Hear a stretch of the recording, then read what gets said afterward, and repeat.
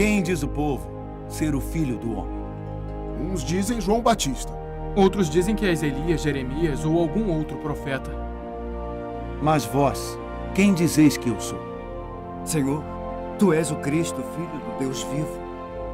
Bem-aventurado Simão, filho de João, porque não foi carne nem sangue que te revelou, mas meu Pai que está nos céus. Semana Santa. Pedro e Jesus. Olá, bem-vindo ao nosso segundo programa, a segunda oportunidade que nós temos de encontrar o Senhor Jesus através desses personagens bíblicos que, na verdade, são uma cópia de você e de mim. Eu tenho uma pergunta muito especial para fazer para você hoje. Você é egocêntrico, egoísta? Na verdade, todos nós somos. Talvez uns em menor ou maior grau, mas todos nós nos achamos o centro do mundo. E nós somos isso nas mínimas coisas da vida. Outro dia eu estava, por exemplo, andando na rua e na minha frente ia uma senhora com um bebê no colo. Enquanto eu andava, eu brinquei com o bebê e a chupetinha dele caiu no chão.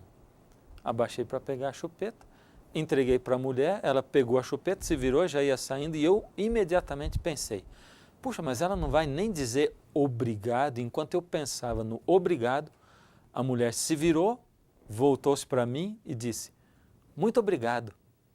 E eu fui pego de surpresa, esperando alguma coisa em troca por uma coisa que eu fiz, uma coisa boa, uma boa atitude. Por que a gente tem sempre que fazer algo esperando algo em troca? Esperando uma retribuição. Na verdade, Pedro é esse personagem que parecia o mais egocêntrico de todos os discípulos. Pedro era uma pessoa com um temperamento também tempestuoso, mas Pedro variava muito. Algumas vezes estava bem pertinho de Jesus, outras vezes longe. Quando Jesus perguntava, Pedro era o primeiro a responder. Pedro era aquele tipo de aluno que o professor não tinha nem acabado a pergunta ainda, ele já estava com a mão levantada. Pedro era muito efusivo, por isso quando ele estava feliz e alegre, era melhor sair de perto dele, porque ele era insuportável com seus risos e abraços. Mas quando ele estava bravo também, era melhor sair de perto dele. Eu tenho um texto da Bíblia que eu gostaria que você lesse comigo. Está em Mateus, capítulo 16, do verso 13 ao 20.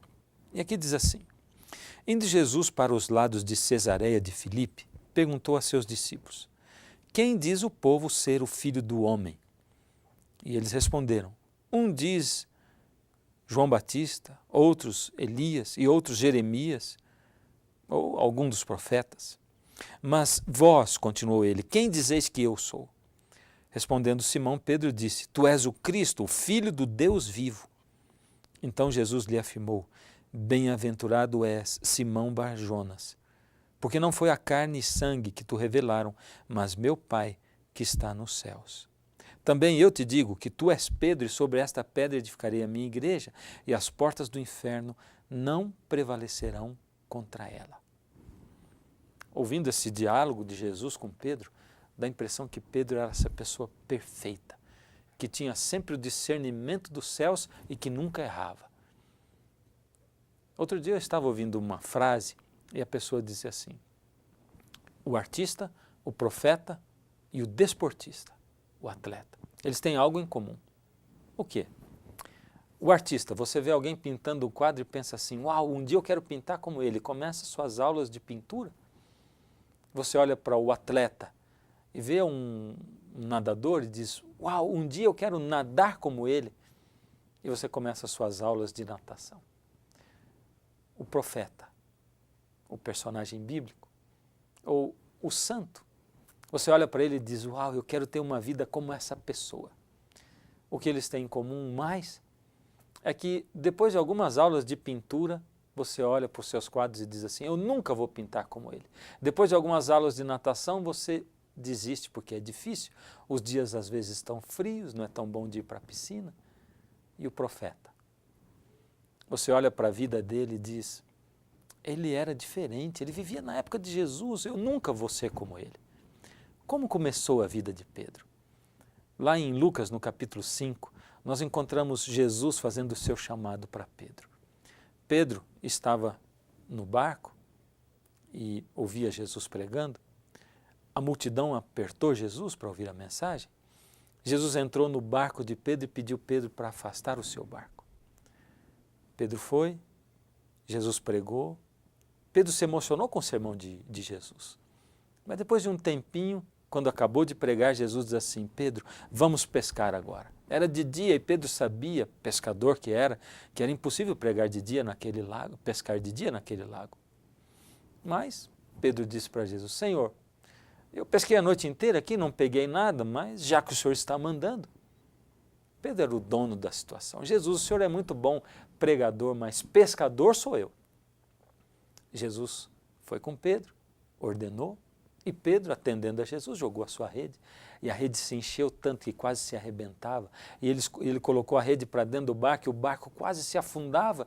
E voltando para a terra, Pedro se joga aos pés de Jesus e diz: Senhor, retira-te de mim porque eu sou um pecador. Num momento, Pedro era o único homem com Jesus dentro no barco. No outro momento, Pedro era um homem pecador, jogado aos pés de Jesus. A Bíblia diz que ele deixou tudo e seguiu Jesus. Na verdade, Pedro não era o mais egocêntrico de todos os discípulos. Ele era tão egocêntrico quanto todos os outros, quanto nós mesmos somos, mas Pedro tinha uma característica: ele era sincero.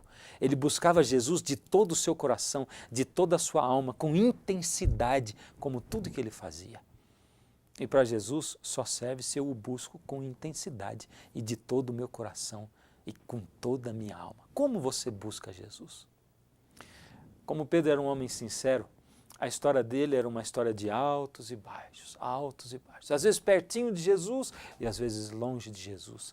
Às vezes com tremendas iluminações do Espírito de Deus e depois fugindo da presença do Espírito, deixando-se dominar pelas trevas que invadem todos nós, seres humanos. O texto que nós lemos, esse texto de Mateus, no capítulo 16, do verso 13 em diante, nesse texto Jesus está com os discípulos e ele pergunta o que as pessoas pensam dele. É fácil falar em nome dos outros. E logo os discípulos uns dizem que tu és Elias, outros um profeta qualquer. E Jesus foi mais específico e diz: o que vocês dizem que eu sou? Precisa de coragem para falar no próprio nome, não é? Falar no nome dos outros é muito fácil quando você diz: sabe o que estão dizendo de você? Mas para falar no próprio nome eu tenho que dizer: sabe o que eu penso de você? E Pedro levantou a mão, olhou nos olhos de Jesus e disse: tu és o Messias, o Filho do Deus vivo. Aquilo vinha do coração, da alma de Pedro, pelo que ele havia visto de Jesus, do tanto caminhar com Jesus, de ouvir as palavras de Jesus, de orar a Deus e pedir o Espírito de Deus dentro do coração dele. Aquilo era sincero. Jesus olhou para Pedro e disse: Pedro, você é um homem feliz, bem-aventurado. Porque não foi agora não foi você que falou, mas o Espírito de Deus é que tomou conta de você e usou você como instrumento. O que aconteceu logo em seguida que foi triste. Dali mais um pouquinho de tempo, Jesus começa a preparar os seus discípulos para o seu sofrimento, dizendo para eles que ele, Jesus, ia sofrer, ser maltratado, e que eles iriam para Jerusalém e ele seria preso e seria morto. E Pedro se levanta, o porta-voz de Deus, e diz: Senhor, não deixe que isso te aconteça. Então Jesus olha para Pedro e diz: Pedro, agora não é você que está falando. É o diabo que tomou conta de você e está falando no seu lugar, Pedro. Como é que Pedro pode num momento estar tão próximo de Jesus e no outro momento tão longe de Jesus?